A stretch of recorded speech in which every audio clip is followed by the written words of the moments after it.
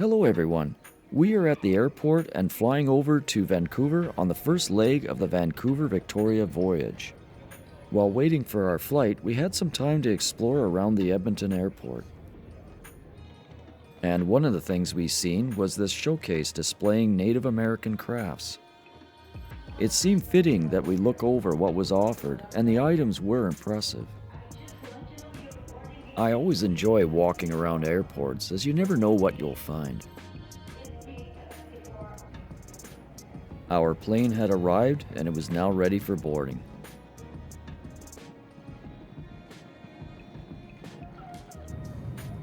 This one was to be a short flight with a gate-to-gate time of 1 hour and 37 minutes.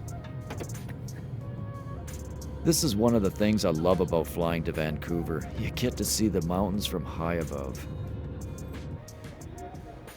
Arriving in Vancouver Airport, we made our way to the Metro line, stopping first to look at this beautiful totem pole.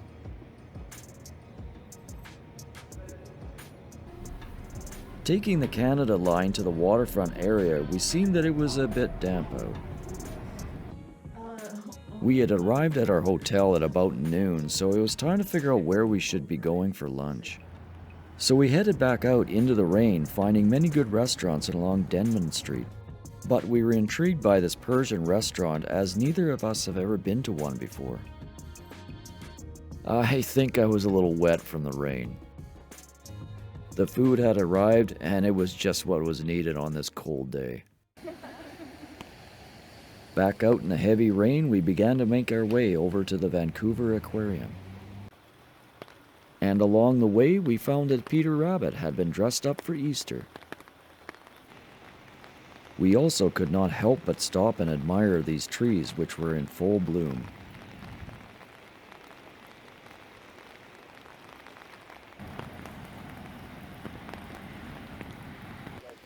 As we made our way along Vancouver Harbor, the rain was not letting up and filming was becoming pretty difficult. Trying to hold a camera with two hands while trying to hold an umbrella is a pretty difficult task. So it was time to get in somewhere dry, or so to speak. The Vancouver Aquarium is located in Stanley Park and is a major tourist attraction, so make sure you book your tickets in advance as the crowds were heavy even when we were there in April.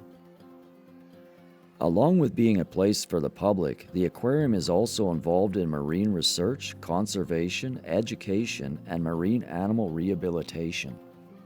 It also holds roughly 30 exhibits representing various climatic zones that include 300 species of fish, 30,000 invertebrates, and 56 amphibians and reptiles.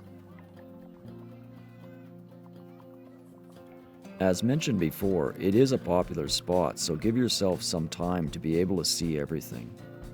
And in fact, some of the displays I couldn't even see because of the crowds. I was impressed by the displays of jellyfish, which seemed to greet you as you entered the room. I've never been able to get this close to these types of invertebrates, so this was a real treat. And for me, watching them glide through the water like this was almost magical. I've never scuba dived before in my life, but with scenes like this, I'd really like to give it a try. This is part of the Pacific Canada Pavilion, and the tank is 260,000 liters that houses fish and invertebrates from the Strait of Georgia in this part of BC. It also consists of 2 levels that provide you with an above and below view. And while standing here, I certainly had an appreciation of some of the diversity that is in this part of the world's oceans.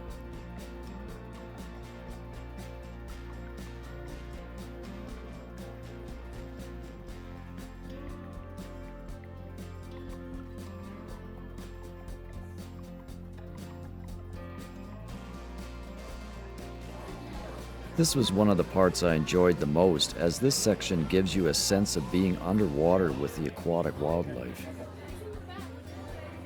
And as you can see and hear, it is clearly a highlight among many people. When we came to this tank, I was worried at first for the jellyfish. However, upon reading the information card on them, we found that this is completely normal. A very unique type of jellyfish. The iconic piranha, whose native habitat is in South America.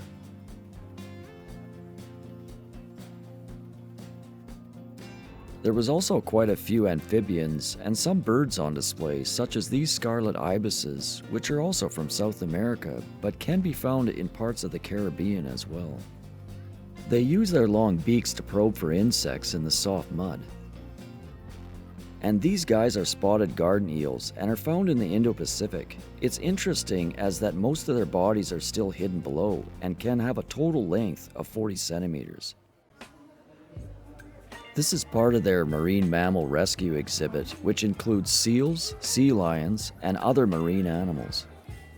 As I understand, the ones shown here were deemed non-releasable because of injuries too severe or they were orphaned too young. We had come during feeding time, so we made our way outside in hopes of seeing them being fed. But for these sea lions, they looked like they were pretty well fed already, doing a good imitation of a couple sausages.